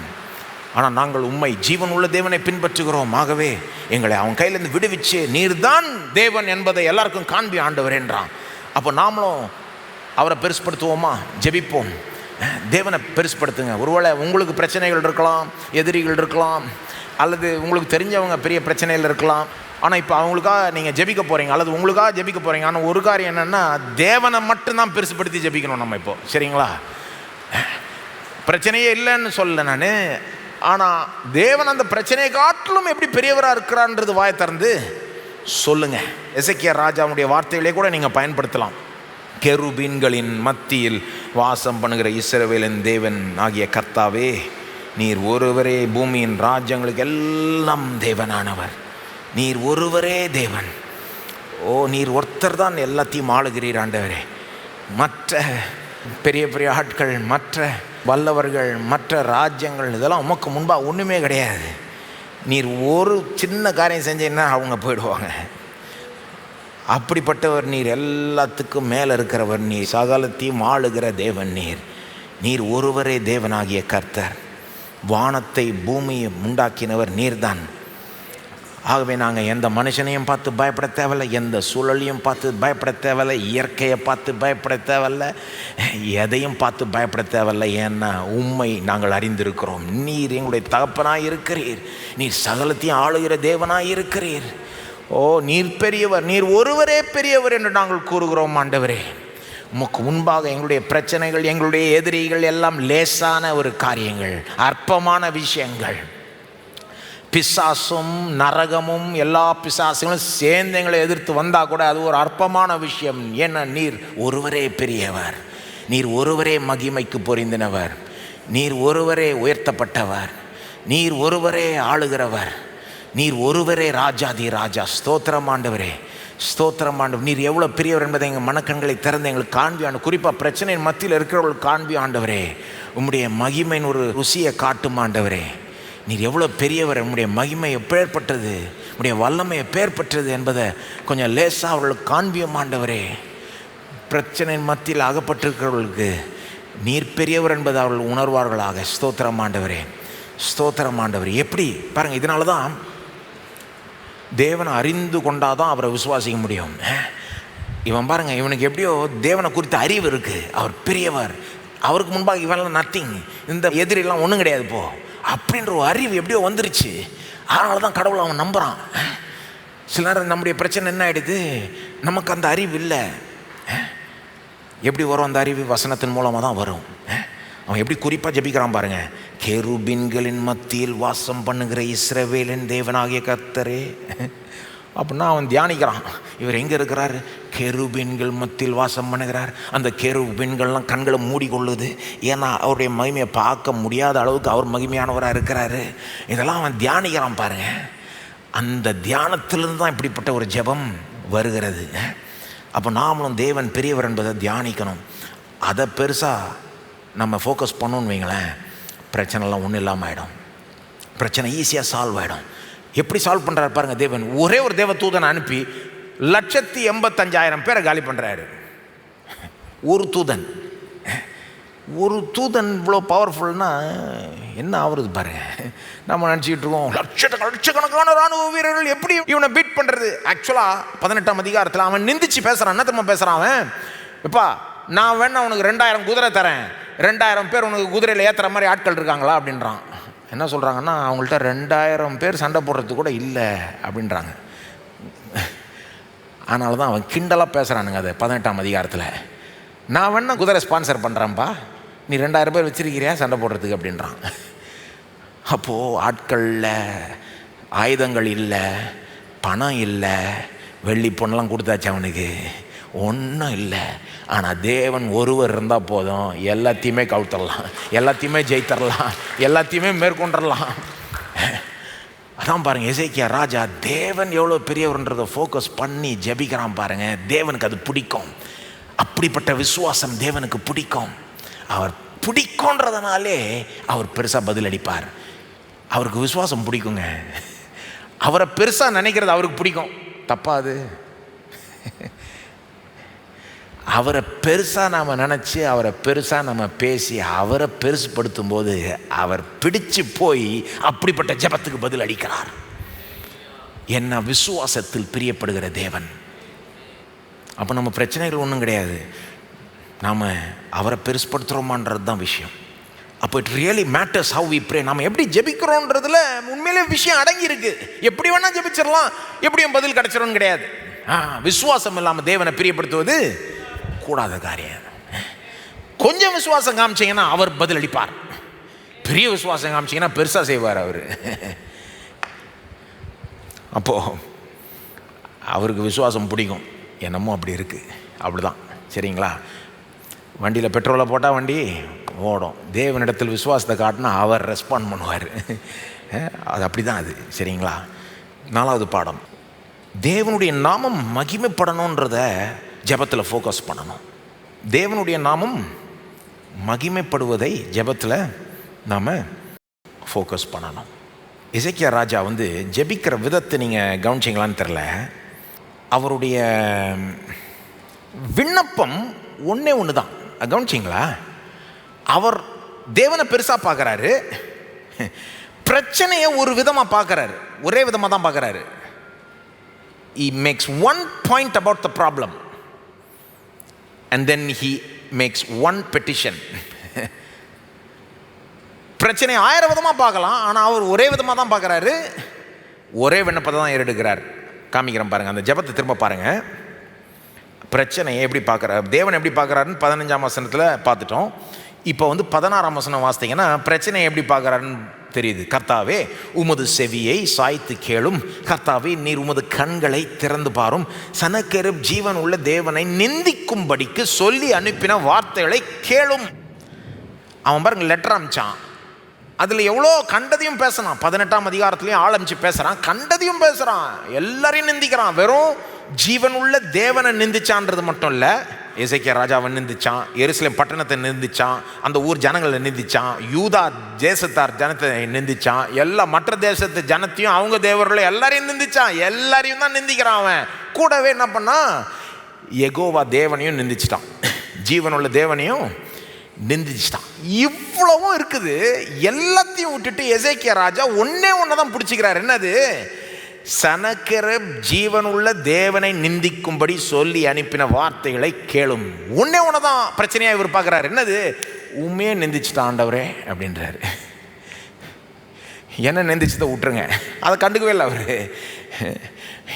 எருசலேமை நிந்திச்சதை விட்டுருங்க, எல்லாரையும் நிந்திச்ச உண்மை நிந்திச்சுட்டான். இதுதான் ப்ராப்ளம். அப்போ பாருங்க, அவரை பொறுத்த வரைக்கும் ப்ராப்ளம் என்னது? கடவுளை இன்சல்ட் பண்ணிட்டான், கடவுளை நிந்திச்சுட்டான், ஜீவனுள்ள தேவனை நிந்திச்சுட்டான், யெகோவா தேவனை நிந்திச்சுட்டான். 19 விண்ணப்பத்தை ஒரே விண்ணப்பம் தான் ஏறெடுக்கிறார் பாருங்க. ஒரே ஒரு ரிக்வெஸ்ட் ஆண்டவரே. 19 இப்போதும் எங்கள் தேவனாகிய கர்த்தாவே நீர் ஒருவரே தேவனாகிய கர்த்தர் என்று பூமியின் ராஜ்யங்கள் எல்லாம் அறியும்படிக்கு, எல்லாம் சொல்லுங்க, அறியும்படிக்கு எங்களை அவன் கைக்கு நீங்களாக்கி ரட்சியும் என்று விண்ணப்பம் பண்ணினான். இப்போ விண்ணப்பம் ஒரே விண்ணப்பம் தான். என்னது? ஆண்டவரே எங்களை நீர் அவன் கையிலிருந்து நீங்களாக்கி ரட்சியும். அந்த விண்ணப்பத்துக்கு ஒரே நோக்கம்தான். பிரச்சனையை ஒரே விதமாக பார்க்குறான், ஒரே விண்ணப்பம். என்னது? எங்களை ரட்சியும், அவன் கையிலேருந்து ரட்சியும். ஏன் ரட்சியும்? என்ன நோக்கத்துக்காக ரட்சியும்? ஒரே ஒரு நோக்கம். என்ன நோக்கம்? நீர் ஒருவரே தேவனாகிய கர்த்தர் என்று பூமியின் ராஜ்யங்கள் எல்லாம் அறியும்படிக்கு எங்களை அவன் கைக்கு நீங்களாக்கி ரட்சி. அப்போ நல்லா கவனிங்க, அவன் ஜெபம் எவ்வளோ ஃபோக்கஸ்டாக இருப்பாருங்க. அவனை பொறுத்த வரைக்கும் பிரச்சனை ரொம்ப பெரிய பிரச்சனை இல்லை, ஒன்றே ஒன்று தான். ஒன்றே ஒன்று, கடவுளை இன்சல்ட் பண்ணிட்டான். இவனுடைய விண்ணப்பம் ஒன்றே ஒன்று தான், அவன் கையிலேருந்து ரட்சி ஆண்டவரே. ஏன்? நோக்கம் என்னது? அப்போ தான் பூமி இருக்க எல்லா ராஜ்யங்களுக்கும் தெரியும் நீர் ஒருவரே தேவன் என்று. அவன் ஃபோக்கஸ் கவனிச்சிங்களா எப்படி இருக்குன்னு? உம்மை இன்சல்ட் பண்ணிட்டான் ஆண்டவரே, உம்முடைய நாமம் மகிமைப்படணும். உம்மை இன்சல்ட் பண்ணிட்டான், உம்மை தப்பாக பேசிட்டான், உம்மை நிந்திச்சிட்டான், உம்முடைய நாமத்தை மகிமைப்படுத்துகிற அளவுக்கு எங்களை அவன் கையிலேருந்து ரட்சியும். வேறு எவ்வளோ விதத்தில் ஜெபிச்சிருக்கலாம் அவன். எங்கள் உயிருக்கே ஆபத்துங்க, தன்னுடைய உயிருக்கு ஆபத்து. அந்த காலத்தில் ராஜாவை பிடிச்சாங்கன்னா அவனை அவமானப்படுத்தி கொள்ளாமல் விட மாட்டாங்க. அவன் உயிருக்கு ஆபத்து, அவன் குடும்பத்தினுடைய உயிருக்கு ஆபத்து, அவனுடைய ஊர் ஜனங்களுடைய உயிருக்கு ஆபத்து. எவ்வளோ சொல்லி ஜெபிச்சிருக்கலாம், அதெல்லாம் விட்டுட்டான். அவன் என்ன சொல்கிறான்? உண்மை தப்பாக பேசிட்டான் அவன். இப்போ நீர் எங்களை விடு வைக்கணும், ஏன்னா எல்லா பூமியின் ஜனங்களுக்கும் தெரியணும் நீர் ஒருத்தர் தான் ஜீவன் உள்ள தேவன். அப்போ அவன் ஃபோக்கஸ் பார்த்தீங்களா? உம்முடைய நாமம் மகிமைப்படணும். உம்முடைய நாமத்தை அவன் ஒரு மாதிரி பேசிட்டான். உம்முடைய நாமம் மகிமைப்படணும், அவ்வளோதான். எப்படி இருக்கு பாருங்க அவன் ஜெபம். எப்படி வேணா அவன் ஜெபிச்சிருக்கலாம், எவ்வளோ விதத்தில் ஜெபிச்சிருக்கலாம், ஆனால் அவன் இப்படி தான் ஜெபிச்சான். தேவனுடைய நாமம் மகிமைப்படணும், அதுதான் அவனுக்கு ஒரு பெரிய பாரம். தான் உயிர் காப்பாற்றப்படணுன்றது கூட ரெண்டாவதுன்ற மாதிரி தான் இங்கே. தன்னுடைய ஜனங்களுடைய உயிர் காப்பாற்றப்படணுன்றது கூட ரெண்டாவது. தேவனுடைய நாமம் மகிமைப்படணும், தேவனுடைய நாமம் மகிமைப்படும்படிக்கு தன்னுடைய ஜனங்கள் காப்பாற்றப்படணும், தான் காப்பாற்றப்படணும். எப்படி ஜெபிக்கிறாங்க கவனிச்சிங்களா? ரொம்ப முக்கியங்க. அதாவது உலகத்துக்கும் தான் தேவை இருக்குது, நமக்கும் தான் தேவை இருக்குது, சரிங்களா? உலகத்துக்கும் தான் ஆசீர்வாதம் தேவை, நமக்கும் தான் ஆசீர்வாதம் தேவை. ஆனால் உலகம் எப்படின்னா ஆசீர்வாதத்தை நாடுது, கடவுளுடைய நாமத்தின் மகிமையை நாடுவதில்லை. ஆகவே ஆசீர்வாதமும் கிடைக்க மாட்டேங்குது. தேவனுடைய ஜனம் எப்படி இருக்கணும்? தேவனுடைய நாமத்தின் மகிமையை முதலாவது நாடணும். அப்போ ஆசீர்வாதம் கிடைச்சிடும். வாழ்க்கையின் ரகசியம் இது. உலகம் வந்து கடவுள்கிட்டருந்து ஏதாவது கிடைச்சா போதுன்னு இருக்காங்க. ஆசீர்வாதம் கிடைச்சா போதும், விடுதலை கிடைச்சா போதுன்னு இருக்காங்க. அவங்க வந்து கடவுளுடைய நாமத்தின் மகிமையை வந்து அவங்க நாடுறதில்ல, விரும்புறதில்ல, அது மேலே ஆசையாக இல்லை. ஆனால் வேதம் எப்படி போதிக்குது? அவருடைய நாமத்தின் மகிமையை முதல்ல நாடினா, அதை முதல் இடத்துல வச்சா நீங்கள் நினைக்கிறத விட ஆசீர்வாதம் கிடைச்சிரும். ஆனால் அதுக்கு ஒரு ஆர்டர் இருக்குது, ஒரு வரிசைன்னு இருக்குது. எதுக்கு முதல் முக்கியத்துவம் கொடுக்கணுமோ அதுக்கு முதல் முக்கியத்துவத்தை கொடுக்கணும். அது மட்டும் இல்லை, நம்ம வாழ்க்கையை எப்படி அப்ளை பண்ணிக்கிறது? 2 விதம் சொல்கிறேன் கேளுங்க. ஒன்று வந்து, நம்ம ஒரு காரியத்தை ஜெபிக்கிறோன்னா, ஒரு காரியத்தை விண்ணப்பிக்கிறோன்னு வைங்களேன், இதை நான் கேட்குறத கடவுள் கொடுத்தா அவருடைய நாமம் மகிமைப்படுமா மகிமைப்படாதான்னு யோசித்து பார்க்கணும். நம்ம ஒரு காரியத்தை கேட்குறோம், ஆசைப்பட்டு கேட்குறோம், ஆண்டவரே எனக்கு இது தாரோம், இது எனக்கு வேணும், அது கிடைக்கணும், ஏதோ ஒன்று. நம்ம கேட்குறத அவர் கொடுத்தா அவருடைய நாமம் மகிமைப்படுமா இல்லையான்றதை நம்ம சிந்திச்சு பார்க்கணும். கேட்குறதுக்கு முன்னாலேயே சிந்திச்சு பார்க்கணும். நான் கேட்குறத அவர் கொடுத்தா அவருடைய நாமம் மகிமைப்படுமா? இதனால் மகிமைப்படாதுன்னா ஜெபிச்சு பிரயோஜனமே இல்லை, அங்கேயே நிறுத்திடலாம். அவ்வளோதான். அவருடைய நாமம் மகிமைப்படாத இடத்துல அவர் வந்து செயல்பட மாட்டார். இதுவே நமக்கு சொல்லிவிடும் நம்முடைய ஜெபம் ரைட்டா ராங்கான்னு. நம்ம கேட்குறது ரைட்டா தப்பா. நம்ம கேட்குறத அவர் கொடுத்தாருன்னா அவர் நாமம் மகிமைப்படுமா இல்லையா? அவ்வளோதான். இதை வச்சு அப்ளை பண்ணலாம் ஒரு விதம். இன்னொரு விதம் சொல்கிறேன் நான், பல விதத்தில் இதை அப்ளை பண்ணலாம். இந்த சத்தியம், அதாவது தேவனுடைய நாமம் மகிமைப்படணுன்றத ஜெபத்தில் அதுக்கு முக்கியத்துவம் கொடுக்கணும். எப்படி முக்கியத்துவம் கொடுக்கலான்னு இன்னொரு விதம் சொல்கிறேன் பாருங்கள்.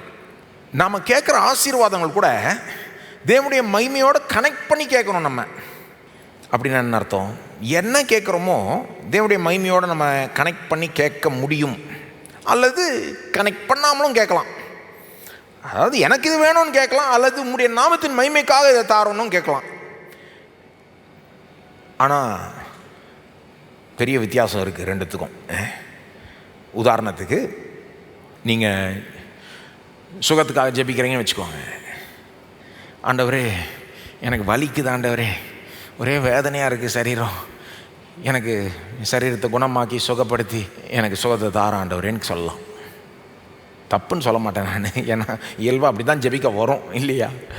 ஆனால் அதே இது கொஞ்சம் வித்தியாசமாக கூட கேட்கலாம். நம்ம எப்படி கேட்கலாம்? ஆண்டவரே எனக்கு வலிக்குதுன்னு சொல்லலாம், எனக்கு வேதனையாக இருக்குதுன்னு சொல்லலாம், என்னை சுகப்படுத்தி எனக்கு சுகத்தை தந்து உம்முடைய இரக்கம் வல்லமை எவ்வளோ பெரிது என்பதை இதன் மூலமாக என்னை சுற்றியில் இருக்க மக்களுக்கு காண்பி ஆண்டவனுடைய நாமத்தை இதன் மூலமாக மகிமைப்படுத்தும்னு ஜெபிக்கிற ஜெபம் நல்லா இருக்கா இல்லையா? என்ன சொல்கிறீங்க? தேவனுடைய நாமத்துக்கு மகிமையை கொடுத்து முக்கியத்துவம் கொடுத்து ஜெபிக்கிற ஜெபம். அதே இது காரியத்தை தான் கேட்குறோம், ஆனால் இந்த நோக்கத்தோடு கேட்குறோம். வெறும் ஏதோ நான் வந்து வழியிலேருந்து விடுதலை ஆகணும், நான் வந்து சுகமாக இருக்கணுன்றது மட்டும் இல்லாமல் அவருடைய நாமம் மகிமைப்படணுன்ற நோக்கத்தோடு நான் கேட்குறப்போ அது முற்றிலும் வேறங்க. அப்படி கேட்குறப்போ தேவன் வந்து அதிகமாக செய்வார். அப்படி தான் வேதம் சொல்லுது. பல விதத்தில் இது பைபிளில் வருது இந்த போதனை பாருங்கள். அவருடைய நாமத்தின் நிமித்தம் நீதியின் பாதையில் என்னை நடத்துகிறார். நாமத்தின் நிமித்தம்னா அதுதான். எத்தனை தடவை பழைய ஏற்பாட்டில் தேவன் இஸ்ரவேல் ஜனங்களுக்கு சொல்கிறாரு, இப்போ உன் நிமித்தமாக கிடையாது, என்னுடைய நாமத்தின் நிமித்தமாக இதை நான் உனக்கு செய்ய போகிறேன்றார். தெரியுமா? பழைய ஏற்பாட்டில் இஸ்ரவேல் ஜனங்களுக்கு, சிறையிருப்பில் இருக்கிற ஜனங்களுக்கு அப்படி சொல்கிறாரு, உங்கள் நிமித்தமாக கிடையாது, என்னுடைய நாமத்தின் நிமித்தமாக உன்னை விடுதலையாக்க போகிறேன் நான். இதன் மூலமாக எல்லா தேசங்களுக்கும் நான் தான் தேவன் என்று அறியப்படும். அப்போது சிலர் ஒரு வேளை யோசிக்கலாம், ஏன் கடவுளுக்கு வந்து அவர் தன்னுடைய நாமத்தின் மகிமை ரொம்ப முக்கியம் அப்படின்னு யோசிக்கலாம். இப்போ தான் அதை பற்றி பேசிகிட்டு இருந்தேன் ஒருத்தரோட. காரணங்கள் உண்டு பாருங்கள். தேவன் வந்து is not like a vain grand mother, vain woman seeking compliments அப்படின்னு C.S. லூயிஸ் சொன்னார். என்ன சொன்னார்னா, தான் அழகுள்ளவர், தான் பெரியவர்னு அவர் காம்ப்ளிமெண்ட், என்ன நல்ல வார்த்தையை கேட்கணும்னு ஆசைப்பட்டுக்கிட்டு காத்துக்கிட்டே ஒன்றும் அவர் கிடக்கல. நீ என்ன துதி, என் நாமத்தை மகிமைப்படுத்து, இல்லைன்னா நான் எனக்கு ஒரு மாதிரி ஆகிடும்னு அவர் அங்கே உட்காந்துக்கிட்டு இருக்காரா? அப்படி கிடையாது. அவர் நாமத்தை மகிமைப்படுத்தலைன்னா வேறு யார் நாமத்தை மகிமைப்படுத்துறது? ஏன் நாமத்தை மகிமைப்படுத்தணுமா, அல்லது வேறு யார் நாமத்தை மகிமைப்படுத்தணுமா? வேறு யார் நாமத்தை மகிமைப்படுத்துறது? வேறு யார் நாமத்தையும் மகிமைப்படுத்த முடியாது. அது மட்டும் இல்லை, அவர் நாமத்தை மகிமைப்படுத்தினா தான் எல்லாருக்குமே நல்லது, நமக்கும் நல்லது, மற்றவங்களுக்கும் நல்லது. அவரை நோக்கி பார்த்தா தான் எல்லாருக்கும் ரட்சிப்பு உண்டு, அவரை நோக்கி பார்த்தா தான் எல்லாருக்கும் சுகம் உண்டு. ஆகவே அவருடைய நாமத்தை தான் உயர்த்திக்கிட்டே இருக்கணும். அப்போ தான் எல்லாருக்கும் நல்லதுன்றதுனாலே அவர் சொல்கிறாரு என் நாமத்தை மகிமைப்படுத்துன்னு. தான் இப்போ நான் பேசிகிட்டு இருந்தவரே என்கிட்ட அதை சொன்னார். இப்போ சிஎஸ் லூஸும் சொல்கிறாரு, ஏன் தேவன் வந்து நம்மளை அவரை துதிக்க சொல்கிறாராம், ஏன்னா அவரை துதிக்கிறப்போ தான் நமக்கு மேக்சிமம் சந்தோஷம் கிடைக்கும். எப்படி பிரியாணி நல்லா இருந்தால் வாயை திறந்து சமைச்சவங்கள்ட்ட நீங்கள் சொன்னால் தான் உங்களுக்கு சந்தோஷம் திருப்தி ஆகுமோ, குலாப் ஜாமுனை சாப்பிட்றப்போ உங்கள் அம்மா குலாப் ஜாமுன் செஞ்சாங்கன்னா சூப்பர்னு சொன்னால் தான் சந்தோஷம் நிறைவு அடையுமோ, அதுபோல் தேவன் நல்லவர் என்பதை ருசிக்க ருசிக்க வாயை திறந்து நீர் நல்லவர்னு பாடினா தான் சந்தோஷம் நிறைவாகும். அதனால தான் வாயை திறந்து என்ன துதின்றார் தேவன். பிரகாரங்களுக்குள்ள துதியோட நுழை, வாசலுக்குள்ள துதியோட நுழைன்னு கட்டளையிடுறாரு. ஏன்னா அவருக்கு நம்ம துதி இல்லாமல் பிழைக்க முடியாதுன்னு ஒன்றும் கிடையாது. அவருக்கு நம்முடைய துதி தேவையே கிடையாது. பரலோகமே அவரை துதிச்சிக்கிட்டு இருக்கு. வானங்கள் அவருடைய மகிமையை அறிவிக்குதுன்னு வேதம் சொல்லுது. நம்முடைய சந்தோஷத்துக்காக, நம்முடைய வாழ்வுக்காக தம்முடைய நாமத்தை மகிமைப்படுத்த சொல்கிறார். அப்போ ஜெபிப்போமா? எல்லோரும் எழுந்து நின்று ஜெபிப்போம். நீங்கள் எப்படிப்பட்ட விதத்தில் வாழ்கிறீங்க? இது உங்களுடைய நம்பர் 1 ஒரு ஆர்வமாக இருக்கா, வைராக்கியமாக இருக்குதா? அவருடைய நாமம் மகிமைப்படணுன்றது தான் உங்களுடைய நம்பர் 1 வைராக்கியமா? மற்றது எல்லாமே 2வதா? அப்படிப்பட்ட விதத்தில் நம்ம வாழ்கிறோமா? அதுதாங்க வாழ்க்கை. எல்லாமே மற்றதெல்லாம் 2வது தான் இருக்கணும். நம்முடைய நலன், நம்முடைய வசதி, நம்முடைய எல்லாமே 2வது தான். முதல் வந்து அவருடைய நாமம் மகிமைப்படணும். அப்போ நம்ம வாழ்க்கையில் தொடங்கி நம்முடைய வாழ்க்கை, நம்முடைய குடும்பம், நம்முடைய சபை, நம்முடைய பட்டணம், நம்முடைய தேசம், நம்முடைய உலகம் அப்படின்னு யோசித்து பாருங்கள். இப்படி ஜெபம் பண்ணுங்க, ஆண்டவரே என் தனிப்பட்ட வாழ்க்கையிலிருந்து உலக அளவில் உம்முடைய நாமம் மகிமைப்படணும். இதுதான் நம்பர் 1. உம்முடைய நாமம் மகிமைப்படும்படி என்ன செய்யணுமோ செய்யும் ஆண்டவரே. என் வாழ்க்கையில் செய்யும், என் குடும்பத்தில் செய்யும், என்னுடைய சபையில் செய்யும், என்னுடைய பட்டணத்தில் செய்யும், என்னுடைய தேசத்தில் செய்யும், இந்த உலகத்தில் செய்யும். உம்முடைய நாமத்துக்கு எது அதிக மகிமையை கொண்டு வருமோ அதை செய்ய ஆண்டவரே. அல்லது உங்களுக்கு குறிப்பாக அவர் ஏதோ செய்யணும்னு விரும்புனீங்கன்னா அப்போ அவருடைய நாமத்தின் மகிமையோடு அதை கனெக்ட் பண்ணி ஜெபம் பண்ணுங்க. ஆண்டவருடைய நாமத்தின் மகிமைக்காக எனக்கு சுகம் கிடைக்கணும் ஆண்டவரே. உடைய நாமத்தின் மகிமைக்காக எனக்கு வந்து நீர் நல்ல விதத்தில் வழிகாட்டணும், என்ன கரியர் சூஸ் பண்ணுறதுன்னு வழிகாட்டணும். ஏன்னா நீர் வழிகாட்டி நான் அந்த பாதையை எடுத்து உம்முடைய நாமம் மகிமை பண்ணணும். நான் என்ன கரியர் சூஸ் பண்ணுறேன்றது 2வது. நான் என்ன சூஸ் பண்ணுறேனோ, எந்த பாதையில் போகிறனோ உம்முடைய நாமம் மகிமைப்படணும். ஆகவே என்னை வழி நடத்தும் ஆண்டவரே. ஆகவே என்னை கடன்லேருந்து விடுதலை ஆக்க ஆண்டவரே. ஆகவே எனக்கு பொருளாதாரத்தில் உயர்வை தார ஆண்டவரே. தாராளம் எனக்கு உண்டாகட்டும். ஏன்னா அதன் மூலமாக நீர் யார் என்பதை என்னை சுற்றி இருக்க மக்கள்லாம் தெரிந்து கொள்ளணும். நான் ஆசீர்வதிக்கப்படுறதன் மூலமாக உம்முடைய நாமம் மகிமைப்படணும். எல்லாருக்கும் தெரியணும், உம்மால தான் நான் இப்படி ஆனேன், மேலே வந்தேன்ற தெரிய அளவுக்கு நீர் என்ன ஆசீர்வதி ஆண்டவரே. ஜெபம் ஸ்தோத்திரம். எல்லாத்த விட இந்த உலகத்தில் இன்றைக்கும் எத்தனையோ பேர் மத்தியில் உம்முடைய நாமம் தூஷிக்கப்படுது, மட்டமாக எண்ணப்படுது. பல காரணங்கள் நிமித்தமாய் எங்கெங்கே உம்முடைய நாமம் மட்டமாக எண்ணப்படுதோ அந்த இடத்துல அதிகமாக உம்முடைய நாமம் உயர்த்தப்படணும் அப்படின்னு ஜெபம் பண்ணுங்க. எசேக்கியா ராஜாக்கு அதுதான் பாருங்கள் வைராக்கியம். இவன் மட்டமாக பேசிட்டான் உங்களை. ஆகவே அங்கே அவன் கண்களில், அந்த மாதிரி ஆள் கண்களில் உம்முடைய நாமத்தை நீர் மகிமைப்படுத்துவீராக. ஸ்தோத்திரம் ஆண்டவரே, ஸ்தோத்திரம் ஆண்டவரே. எங்கெங்கே உம்முடைய நாமம் மட்டமாக எண்ணப்படுதோ, பேசப்படுதோ, தூஷிக்கப்படுதோ ஆண்டவரே, சபைக்குள்ளேயும் சரி சபைக்கு வெளியேயும் சரி அங்கே நீர் சூழ்நிலையை மாற்றி உம்முடைய நாமத்தை மகிமைப்படுத்திக் கொள்வீராக. இதுவே எங்களுடைய நம்பர் 1 வைராக்கியமாய் ஆகட்டும் ஆண்டவரே. இதுக்காகவே வாழ, இது ஒரு தீயை போல உள்ளத்தில் பற்றி எரிய எங்களை அப்படிப்பட்டவர்களாக எங்களை ஆக்கும். With a zeal for your glory. மற்ற எல்லாத்தையும் 2வது பார்க்க உம்முடைய நாமம் மகிமைப்படணுன்றதே எங்களுடைய வாழ்க்கையின் முதல் விண்ணப்பமாக இருக்கட்டும். உம்முடைய நாமத்தின் மகிமைக்கென்று எங்களை தொடர்ந்து ஆசீர்வதி. இந்த சபையை ஆசீர்வதி, உடைய மக்களை ஆசீர்வதியும். உம்முடைய நாம எங்கள் மூலமாய் இந்த பட்டணத்தில், இந்த தேசத்தில், இந்த உலகத்தில் தொடர்ந்து மகிமைப்படட்டும். இயேசுவின் நாமத்தில் ஜெபிக்கிறோம். ஆமேன். கர்த்தர் உங்களை ஆசீர்வதிப்பாராக.